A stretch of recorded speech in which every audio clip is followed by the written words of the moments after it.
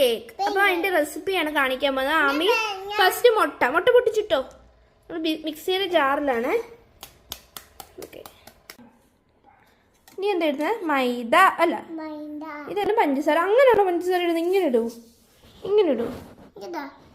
അങ്ങനല്ലോ, ഇങ്ങനെ ഇട്ടു. പഞ്ചസാര ഇട്ടു. മതി. ഇനി എന്താ ഇടാൻ പോകുന്നത്?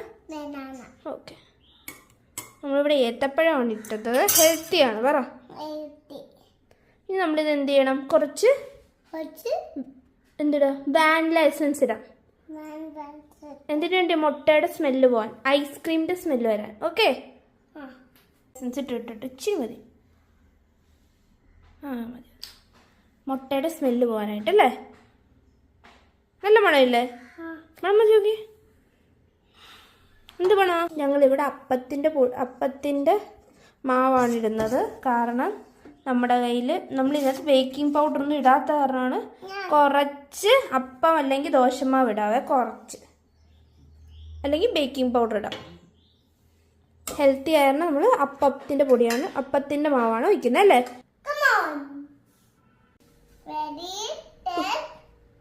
മിക്സ് ചെയ്ത് കഴിഞ്ഞോ? തുറന്നു നോക്കിയാലോ? ഓപ്പൺ. യെസ്, നമുക്കിത് ചുട്ടെടുക്കാം അല്ലേ? ഓൺ വെച്ചു. നമ്മളിലാണ് ഓണാക്കി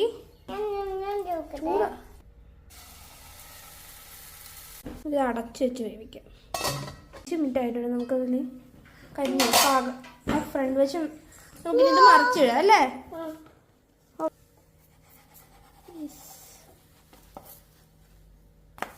അയ്യോ, കരിഞ്ഞു പോയി.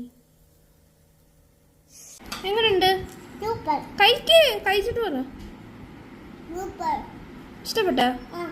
നല്ല സോഫ്റ്റ് പാൻ കേക്ക് റെഡി അല്ലേ? നല്ല സോഫ്റ്റ് ആയിട്ടുള്ള പാൻ കേക്ക്. ഹണി വേണോ?